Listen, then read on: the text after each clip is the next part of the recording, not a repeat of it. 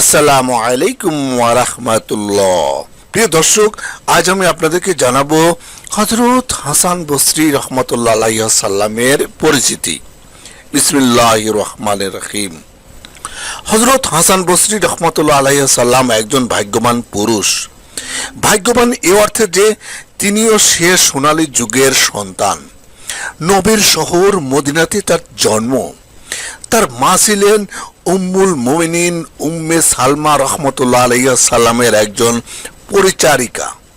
তার সৌভাগ্য হলো শিশু অবস্থায় তিনি উম্মে সালমা রাদিয়াল্লাহু তাআলা আনহু ও হযরত আয়েশা রাদিয়াল্লাহু তাআলা আনহু এর স্তন্য পান করেছেন।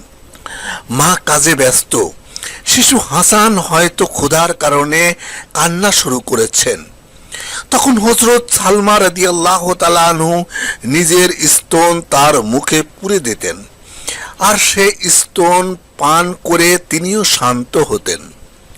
হযরত আয়েশা রাদিয়াল্লাহু তাআলা আনহু নিজে নিঃসন্তান ছিলেন, কিন্তু তিনিও মাঝে মাঝে ক্রন্দনরত শিশুকে পরম আদরে তুলে নিয়ে বুকের দুধ পান করাতেন। নিঃসন্তান হওয়া সত্ত্বেও তার স্তন থেকে দুধ বের হতো। সবই আল্লাহর অপার মহিমা। এর চেয়ে ভাগ্যবান কে আছে আর? মুসলিম দুনিয়ার দু জননী, দু নবী পত্নীকে তিনি জননী হিসাবে পেয়েছেন। তাদের বুকের পীযূষ ধারা পান করে পরিতৃপ্ত হয়েছেন।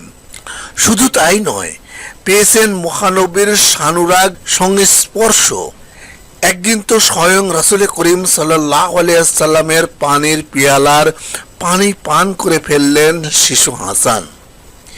পেয়ালায় পানির পরিমাণ কম দেখে রাসূল পাক সাল্লাল্লাহু আলাইহি সাল্লাম জিজ্ঞেস করলেন, পানি পান করলো কে? উম্মে সালমা রাহমাতুল্লাহ আলাইহি সাল্লাম বললেন, হাসান। রাসূল পাক সাল্লাল্লাহু আলাইহি সাল্লাম বললেন, আমার পানির পেয়ালা থেকে যে পরিমাণ পানি সে পান করেছে, আল্লাহ তাকে সে পরিমাণ দ্বীনি ইলম দান করবেন।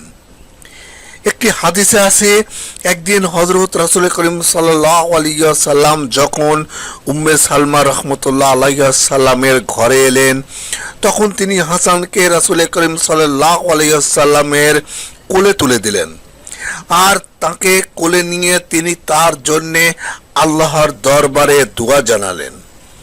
বলা বাহুল্য, নবী করিম সাল্লাল্লাহু আলাইহি সাল্লামের এই দোয়ার কারণেই হযরত হাসান বসরি রহমতুল্লাহ আলাইহি সাল্লামের জীবনের সাফল্য আসে আল্লাহর তরফ থেকে।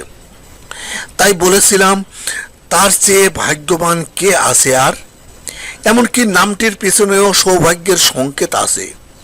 শোনা যায়, ভূমিষ্ঠ হওয়ার পর কে যেন ওই ফুটফুটে শিশুকে নিয়ে যায় হযরত ওমর রাদিয়াল্লাহু তাআলা আনহুর কাছে। নবজাতককে দেখে তিনি বলে ওঠেন, ভারী সুন্দর চেহারা তো।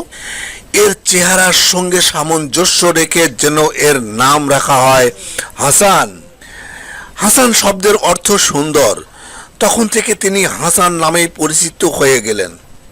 অর্থাৎ তার নামের পিছনে রয়ে গেল মুসলিম বিশ্বের আরো একটি উজ্জ্বল মানুষের স্নেহময় অভিব্যক্তি।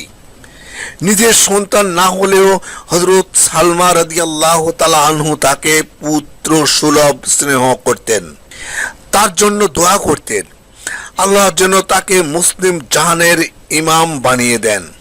এ ছিল তার আন্তরিক প্রার্থনা। তার সৌভাগ্যের আরো প্রমাণ হলো, তিনি কম করেও 120 জন আলোকিত পুরুষের সংস্পর্শ ধন্য। হযরত আলী রাদিয়াল্লাহু তাআলা আনহুর পুত্র ইমাম হাসান রাদিয়াল্লাহু তাআলা আনহুর কাছে তিনি বিদ্যা অর্জন করেন। শরীয়তি জ্ঞান ছাড়াও মারিফতের দীক্ষাও তিনি তারই কাছ থেকে পেয়েছেন। অবশ্য তোহফা নামক গ্রন্থের গ্রন্থকার উল্লেখ করেছেন, হযরত হাসান বসরি রহমতুল্লাহ আলাইহি সাল্লাম আসলে হযরত আলী রাদিয়াল্লাহু তাআলা আনহুর শিষ্য। প্রিয় দর্শক, আশা করি সবাই বুঝতে পেরেছেন হযরত হাসান বসরি রাদিয়াল্লাহু তাআলা আনহুর পরিচয় বা পরিচিতি। যারা চ্যানেলটিতে নতুন এসেছেন তাদেরকে অনুরোধ করছি সাবস্ক্রাইব, শেয়ার এবং লাইক করে ইসলামী বিভিন্ন বিষয় প্রচারে সহযোগিতা করার জন্য। সবাই ভালো থাকবেন। আল্লাহ হাফেজ।